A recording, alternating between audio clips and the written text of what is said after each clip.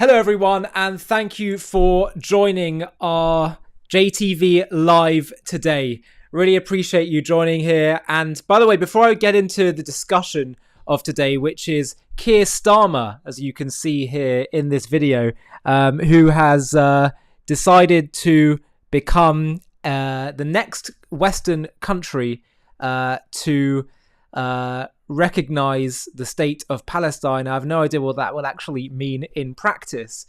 But we're going to talk about that and his statement and what it all means. But before we do, just a quick point for those who might not be aware of why I'm doing this. But I have a very long beard, and some people have been commenting, Ollie, why is your beard so long? Do you not want to slightly shorten it? It's this length because it's the 3 weeks of mourning in the annual Hebrew calendar. And at this time of year, we mourn the destruction of the temple in Jerusalem. That's the building that you see beneath the dome, the Islamic Dome of the Rock. And yet somehow we are the colonizers when they build buildings on top of our ancient buildings. But we mourn the fact that we don't have a temple, which was really the home of God in ancient Israel. And we await the time when that will be restored. And yes, that is what we are working towards as a Jewish nation, a time in which the Jewish people will have sovereignty across the entirety of the land of Israel, which includes, by the way, Gaza and Judea and Samaria, which are our biblical, historical, legal, and God-given right.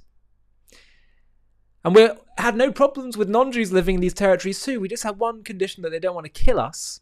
I hope that's acceptable to you. But we mourn the fact that we've lost that, not just that full sovereignty, but God's presence in that full state in which it was when the temple was there. And we're working towards that. And we're, at this time of year, sensitizing ourselves to the fact that we do not yet have the temple rebuilt and God dwelling on earth in the way that he did, in that tangible way when the temple was there. And so that's why we grow our beard, we do other things like not listening to live music, and now actually in the 9 days building up to the climax of the mourning, the 9th of Av, we don't even eat meat other than on the Sabbath. So having a lot of fish at the moment. But anyway, I want to talk to you about this man. Let me just slightly make this picture a little bit smaller so you can see me there, so you don't just have to see Keir Starmer's face on the screen. Keir Starmer is the Prime Minister of the United Kingdom, unfortunately. And this is my country that I live in. And he has just announced in a statement that, like France, he too will be recognizing a state of Palestine. Now, I have to tell you, I have no idea what that will actually mean in practice. What does it actually mean that they recognize Palestinian state? How's that going to affect anything on the ground? But regardless of its impact, he said he's going to do that, to recognize the state of Palestine. I suspect maybe once you recognize the state of Palestine, then you start to demand things of Israel, like how can you encroach on Palestine's territory in Judea and Samaria? You need to leave, and all these other issues. Maybe they'll start to add a bit more. It will start to add a bit more fuel to their accusations, their unfair accusations, but nonetheless their accusations towards Israel. So that's why it's significant, and I want to unpack with you why this is based on inherent falsehoods. It's based on lies about what is causing the conflict, about what is fueling the conflict, about what the Palestinian cause has actually been about. But I have to tell you that watching Keir Starmer in his press conference where he made this statement, I've got to say, he doesn't look happy at all. He doesn't look like a happy man. He looks like someone who's facing a lot of pressure from a very angry far-left party pushing him into this. Have a watch of his statement. At the moment of maximum impact for the two-state solution, with that solution now under threat, this is the moment to act.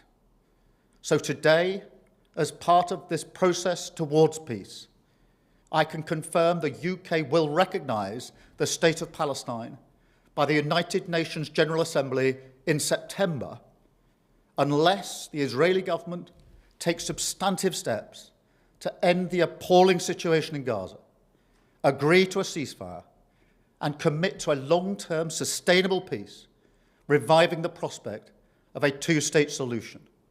And this includes allowing the UN to restart the supply of aid and making clear that there will be no annexations in the West Bank. Meanwhile, our message to the terrorists of Hamas is unchanged and unequivocal. Okay, so let's just be clear what he's saying here. Israel, if you continue your war to destroy Hamas, which wants a genocidal war against you, which you've done in the most surgically precise way, which you've allowed aid to go in, and he's saying you've got to allow UN to distribute it. Have you seen the images coming out of Gaza where the UN aren't distributing this aid?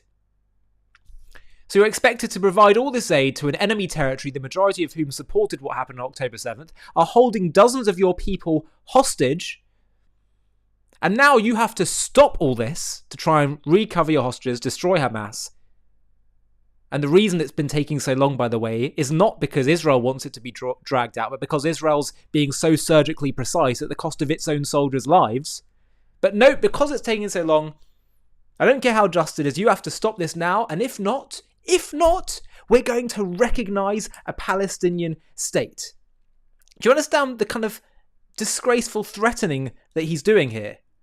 What he's essentially saying is, if you continue to wage this war of self-defense to defend your people, then we're going to call for a Palestinian state. And what would that mean?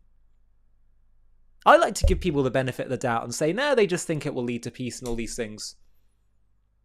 I wonder, is it really that difficult to understand that you had a Palestinian state with Gaza? That Israel withdrew and gave autonomy to the people of Gaza in 2005? And people say, yeah, well, they blockaded it. They made them angry. No, they didn't blockade it. They left. They gave them greenhouses, buildings, territory, a beautiful beach front, part of the world. They chose to elect Hamas. They chose terrorism, death cult, jihad. They chose October 7th. And you're telling me that in the aftermath of that, and in the aftermath of Israel fighting a war to destroy the people that did all of this, now you're saying, let's do this on a much bigger scale on the other side of Israel, in the West Bank, in Judea and Samaria. Unless Israel stopped fighting Hamas in Gaza. You're basically calling for the same thing to happen on the other side. Because that is what would happen, God forbid. God forbid Israel should agree to this. And I don't think they will. God forbid Israel continues to indulge in these absurd fantasies that are only created to try and undermine Israel. He would, of course, say, no, come on. I'm just trying to find a resolution to this conflict. What do you think, dear viewer? Do you think that it's just good intentions, but it's the road to hell is paved with good intentions? Or do you think actually this is cynical? He knows exactly what could happen if you recognize a Palestinian state, and maybe he's just caving to his base that demand this. It would all make sense and it would all be fine if the Palestinian cause was genuinely based on a legitimate grievance and was genuinely about just wanting statehood. But if you just do the most basic understanding of history and of the present, you will see that from beginning till end, the Palestinian cause is not based on any desire for statehood. It is not based on a desire for self-determination, for human rights and dignity. Goodness me, if you look at the way Hamas treat their people, the contempt they hold their own people in, you could figure that out pretty quickly. But just a basic understanding of the history will make you see that the entire Palestinian cause, from beginning till end and everything in the middle, is one big lie that is concocted not for statehood, not to give self-determination and dignity and right of return to a people. It is created entirely to destroy the Jews and destroy the Jewish state and end this dream of re-establishing sovereignty in the Jewish people's ancient, biblical, historical, legal, and most importantly of all, God-given homeland. It's not about land, it's not about a national identity, it's actually about religion. For them, It is so threatening to them to see the Jewish people, who their whole narrative is they are rejected by God. They are the wandering Jews around the earth, exiled from their land. It is so threatening that the Jews have finally returned to their land. God has not forsaken his people. He's kept his promises. He said, you'll be exiled, but I will not forsake you. I will maintain my covenant with you. I will not end it and choose another people. And he is returning his people, and the land is flourishing. And the land is finally, once again, responding to her people. The land of Israel responding to the nation of Israel, and they cannot bear it. It is too threatening to a worldview that says Islam will conquer the earth, certainly the Middle East. For the Jews to return to them, it is too threatening to their theology. Many Christians have woken up in the light of Israel's re-establishment, and instead of choosing to hate on Israel, they've chosen to have a theological re-evaluation. And that's what needs to happen in the Muslim world. Among the Palestinians, they need a theological re-evaluation. That God never forsook his people. But getting back to the Palestinian thing, it is entirely based on lies and hatred. And there's just a few very simple points that can prove that to you. And once you understand that, you will see that recognizing a Palestinian state is simply calling for the destruction of Israel, God forbid. Quick history lesson for you, dear viewer. Very quick one. Israel, the land of Israel, had a Jewish sovereign state there 2,000 years ago. The Kingdom of Judea, the Kingdom of Israel, King David, King Solomon. Thousands of years ago. And then the Jews were forcibly displaced from their land by the Romans. The Roman Emperor Hadrian renames the land Syria Palestina, severing, very cleverly, the Jewish connection to the land. Jews always maintained a presence there, but most of them were exiled.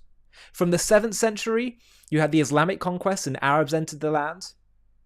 And then, from the 18th, 19th century onward, Jews started to return there en masse at greater levels, not through kicking anyone out, but purchasing land legally, wanting to come back to their homeland. Don't forget, for thousands of years, they are praying every single day to return to the land of Israel, that may our eyes witness the return to Zion. And they purchased land legally. And in the 1940s, after the worst massacre against the Jews in history, well, certainly in modern times, I mean, there's been plenty of massacres, but in terms of sheer numbers, 6 million Jews killed, a third the world's Jewish population, 2/3 of European Jewry. And then don't forget, by the way, nearly 1 million kicked out of Arab countries and pogroms that occurred there in the Arab world in the later 40s. After that, the UN said, okay, let's decide what to do with this plot of land. The only people that have ever had a sovereign state in this land have been the Jewish people. There was never an Arab state there. It was always controlled by different empires and nations. The British were the last to control it. They hand it over to the UN.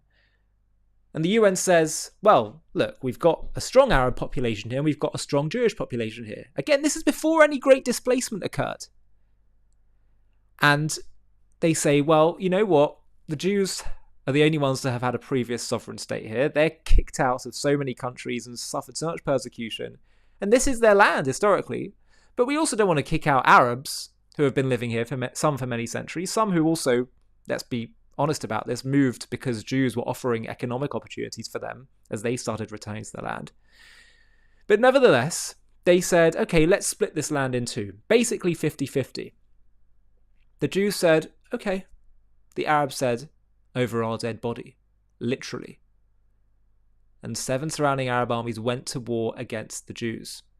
And the Jews won. And in that war, many of the Arabs living there who were hostile to the Jews, wanted them thrown into the sea, were displaced.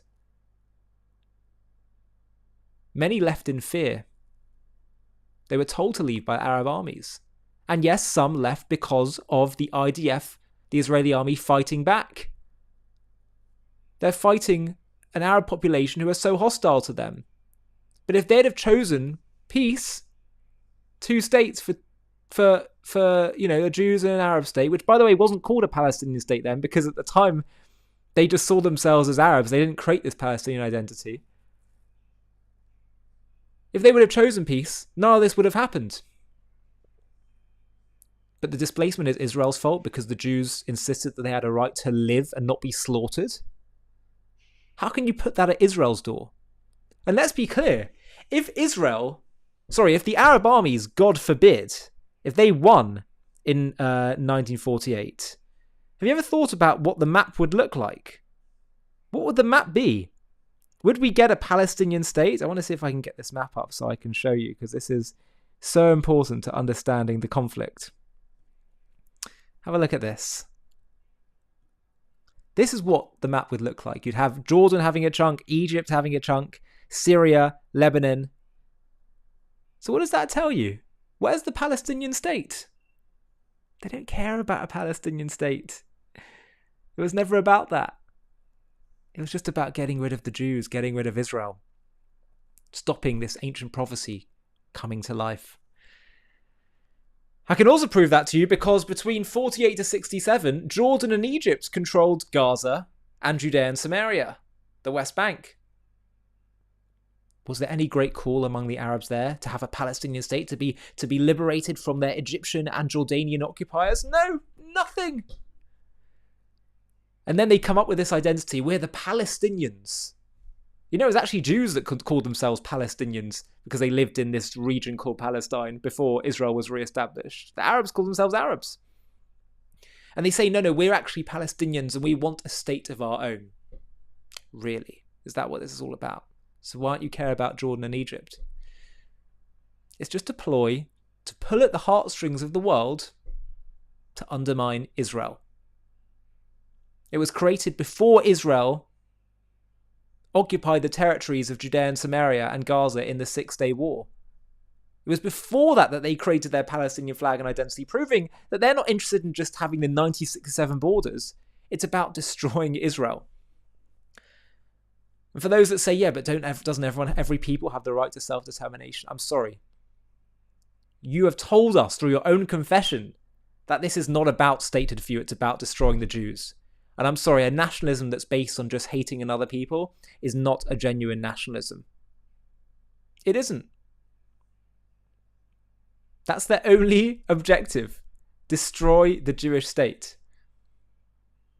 If other countries took over, you know, Hajj al-Husseini, the leader of the Arabs, before Israel was created in the region, he wanted it to be part of southern Syria, Israel. He didn't care. In fact, in the Palestinian National Charter created in the 60s, they say, we consider ourselves an inseparable part of the Arab people. Well, guess what? If you're part of the Arab people, you don't have a unique national identity or claim here. There's how many? 22 other Arab states? More than 50 Muslim states? In fact, there's already one Palestinian state. The majority of people living in Jordan are Palestinian Arabs. And yet they're controlled by a minority, the Hashemite kingdom, and they don't complain about being controlled by a minority there. If you cannot see that the Palestinian cause is entirely about destroying Israel, no more and no less than that, then I say you are willfully blind. And so Keir Starmer, I'm afraid to say, is indulging in this. He is feeding the baying mob that want to see Israel's destruction, God forbid. And when you do that, when you cave to lies, it's not Israel who will be destroyed, decimated through this process. It will be Britain, God forbid. I say that because I have so much love for Britain. But if our government chooses to go down a path that just caters and caves to a baying mob that are pushing lies and hatred, that's a bad path to go down. The one key thing you need to understand as well is that Arab anti-Semitism predated Israel's re-establishment. You need to know about Hajj al-Husseini, the leader of the Arabs in the land in the 1930s and 40s, who went to visit the concentration camps and said to Hitler, how can we do this over here? How can we collaborate on this? This is the slam dunk that proves the real cause of the conflict. I want to get to some of your comments before we wrap up. Let's see. Lucid Word says, every anti-Semitic stream gets 1k plus, some 5, 6, 7k. Absolutely. And that's why we need to keep doing what we're doing. You're absolutely right. We need to get this the truth out there as much as possible. Tiger says, who are you trying to convince? I'm trying to convince the masses. I don't think we can necessarily convince our enemies who are too poisoned with hatred, but those who are sitting on the fence, who aren't that well informed, if we can reach a critical mass in public opinion, then I think we can actually turn the tide. And also I'm trying to teach the base, so the base don't falter at a time when Israel's facing so much hatred. We need to recognize the truth, because if we don't, who will? David Walker says, I will no longer recognize Britain as a country after September. Well, let's see what they decide to do. Colbier says, I live in Ireland and north of England. Rural north of England is neutral or pro-Jewish. Ireland is very pro-Palestine. London is ground zero for the marches and hate. Well, indeed. Let me show you quickly, before we finish, a trailer for our new documentary about Arab anti-Semitism before Israel's rebirth. Because if you understand this, then you'll see that the cause of the conflict is not about Israel doing something and the Arabs resisting. It's that the Arabs all along have willed the Jews' destruction. You understand this, you can prove to people the conflict is not Israel's fault. Have a watch of our trailer, and we put a link to it in the video description. Have a watch, and I'll see you on the other side. Picture yourself. It's 1834, and you're a Jew living in Sfat, which is a northern city in Israel, then under the Ottoman Empire. Your family is part of this ancient city's spiritual heart for generations. You study Torah, you trade in the market, and live quietly among your Arab neighbours. But one day, a mob storms your street, shouting, "Kill the Jews!" Your home is looted, your synagogue burned, your loved ones beaten. This isn't about Israel. Israel won't exist for 114 years. This isn't about settlements, the IDF, or the 1948 displacements. This is raw, violent hatred aimed at you for being a Jew. And it's not just in Palestine, it's part of a centuries-old story of anti-Semitism woven into Arab and Islamic history, from the dawn of Islam to the streets of Hebron. The claim that this conflict began with Israel's creation, the Nakba, or modern policies, is a farce, a distortion that collapses under history's magnifying glass. Welcome to JTV+. I'm Ollie Annisfeld, and today we're uncovering a history too often buried, the relentless anti-Semitism among Arabs in Palestine before 1948, rooted in a broader Arab and Muslim hostility that began with Islam's inception in the 7th century.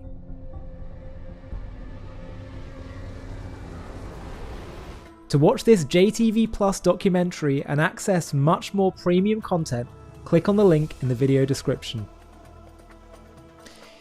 So that is the trailer for our documentary. I highly recommend you watch it because it's so important that we get clued up on these critical facts of history that, frankly, hardly anyone knows. I want to take a few more of your comments because I really like the fact that this is live and I can kind of interact with you guys. So please do bring the comments in, or if you have any questions, by the way, now's your chance to ask me, although we'll keep doing these lives from time to time. Slam Wall, is that your real name? We cannot reward the acts of terror that were committed on the 7th of October. Of course, we shouldn't reward them, but it's not just that. It's that the whole thing is about terrorism. You know, you're saying, well, we'll reward them with a Palestinian state. That will just reward terrorism. The whole Palestinian cause is about terrorism. It's about killing Jews. It's not about desire for statehood. And it's maddening that people continue to indulge in these lies. And I honestly think in their heart of hearts, they know it's nonsense. How can you tell me that after Israel withdrew from Gaza and they got October 7th, that doing the exact same thing in Judea and Samaria, hint, hint, think about the meaning of those words, Judea and Samaria, doing it there is somehow going to bring peace in the region? It is utterly ridiculous and absurd. LC Steeble says, how can they recognize a country that never existed? Interesting. You know, I say to this, by the way, there are countries that emerge later in history. Yeah, that's a conversation to be had. My point is that the entire nationalism of Palestinianism is not based in anything genuine about a connection to a specific plot of land or a specific people. They are a non-people that are only interested in killing Jews. That's the only essence of their identity. And that's why it's not legitimate. And they themselves consider themselves part of the Arab world. Think about this. If, God forbid, all the Jews in Israel converted to Islam tomorrow, they would drop down their weapons, wouldn't they? That proves it's not about a national cause. It's about religion. And that's why the Jewish people need to start articulating a more religious answer to these things, don't they? We'll get to a few more questions before we finish. Your whole narrative is based on a fairy tale devoted to wiping out Jews. Absolutely right. Rochester92 says, yes, exactly, Ollie. Slamwell's responded to me. The whole reason why France and Britain are recognising a Palestinian state is because the war that began on October 7th. Fine. And that's why we need to keep stating the truth. And I say state it even more boldly. I think many of us are scared to say this. We think, we can't really deny the Palestinians of a state. Yeah, we can. Because this is only for them a cynical ploy to kill off the Jewish state. How can we be so willfully blind as to say anything else? Kitten R Us says, what do we think is going to happen to the Gazans? As we know, other Arab Muslim nations will refuse to take in 2.2 million Gazans as they do not want a repeat of Black September, Lebanese civil war, etc. Well, President Trump has suggested doing this. Relocating the Arabs to other parts of the Arab world, their indigenous homelands, by the way, where there is 100 times more land mass and land space than in this plot of land. And when they're in this plot of land, if I was a Gazan, I would much rather move to another part of the Arab world, because if we're in Gaza, I know what's going to happen. My leaders are going to feel the theological, ideological need to keep choosing war against the Jews, and my people and their people will continue to suffer ad olam, as we said in Hebrew, forever. God forbid. And so I think that we should find, with the President of the United States on your side, you should be able to put pressure on other countries to take them in. If you can disperse this population to, as I say, so much space in Arab land, create economic incentives, all these things, there's got to be a way. But Israel has a right to say to a people who for 100 years have chose genocide against them, that now is the time to choose a different path, and it's time for them to leave and find somewhere else to live. And I know Israel, if they can pull off the ingenuity of what they did in Iran and the Mossad pager attacks and all of that, they can find a way to do this. They have to. But it's whether they have the boldness to be able to do it and say it. Arctic Base says, I'm Yisrael Chai. It's funny, all these YouTube names. How many of you guys actually give your real names? Interesting. What else do we have here? Foster says, it's so sad that children are taught from birth that the greatest thing someone can aspire to in life is to be a martyr for Islam. Absolutely. It's such a corruption of godliness. Godliness and God says choose life, that you serve God not by dying to get your reward. That's so selfish. Torah teaches us that the way you serve God is by choosing life here and serving him here on earth, because God doesn't want us to go to heaven. He wants to come down to earth. And that, by the way, brings me nicely in conclusion to the whole point about the temple. The temple is all about the bringing down of godliness to this world. And that's why I have my beard today, because we're mourning the fact that we don't have that temple. The temple in Jerusalem, the Western Wall, that's the one remaining wall of the outer wall of the Second Temple.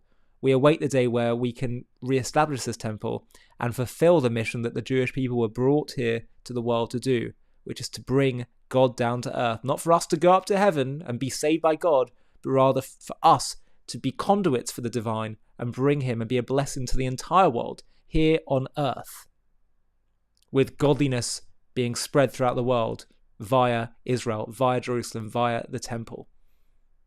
We're here to bring God down to earth.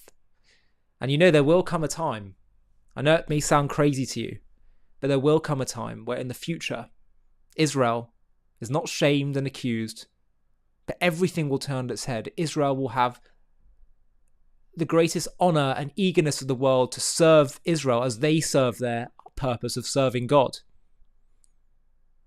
Everyone will be obsessed with Israel, not in the negative, but in the positive. It's going to be a completely different world, and that's coming down the track sooner than you may think. You know, we actually just did an interview. I did an interview recently with Rabbi Kiva Tatz, who spoke all about the end times and end times prophecy. And what's interesting at the moment is now that we're seeing that Israel's starting to deal with its military enemies, Iran, Hamas, Hezbollah, there's a different war coming. And that's actually surprisingly with the West. As with this whole topic of this video, Western nations pressuring Israel, isolating Israel more and more and more. And he shared with me, Rabbi Tatz, that the Torah prophecy says that the end times war is going to be with the Western nations, going to Israel, using the Arab nations as their point of attack. Have a watch of our trailer, and you can watch the interview right now on our YouTube channel. Have a watch. The war that's predicted will be the Western nations attacking us, using the Arab peoples as the point of attack. Very interesting. One well-known prediction is that there will be a 12-minute war that will precede the Messianic era. Now you can imagine someone in the 1700s writing about an international 12-minute war. That must have sounded like, a misprint if there ever was one. Of course, today that's not inconceivable at all. We have all the indications that we are in the pre-Messianic era, and also the predicted events that need to take place to qualify or diagnose us as being in that era are all in place. Jews returning to Israel, for example, the land flourishing with the return of the Jews. Many things that we know are in place. Rabbi, are we in what they call the end times? To watch the full unedited interview and access a whole new range of premium content, click on the link in the video description.